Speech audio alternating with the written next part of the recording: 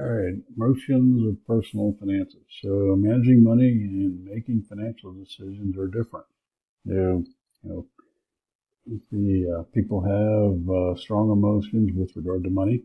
So they worry about it. They worry about whether they're doing well. They worry about issues. They what are areas, where can I improve? You know, and there any issues that um, you avoid. Certainly, there are things that I prefer not to talk about with my wife, and so it can certainly be difficult.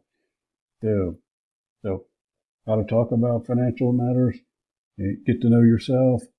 Focus on commonalities. So, if it's your wife or your child, so business partner, you would,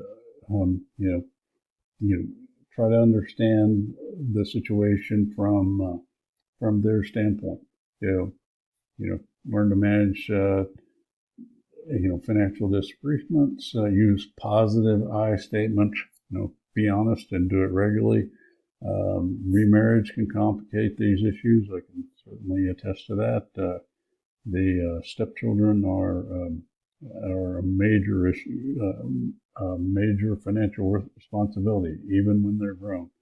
So include children in the conversation.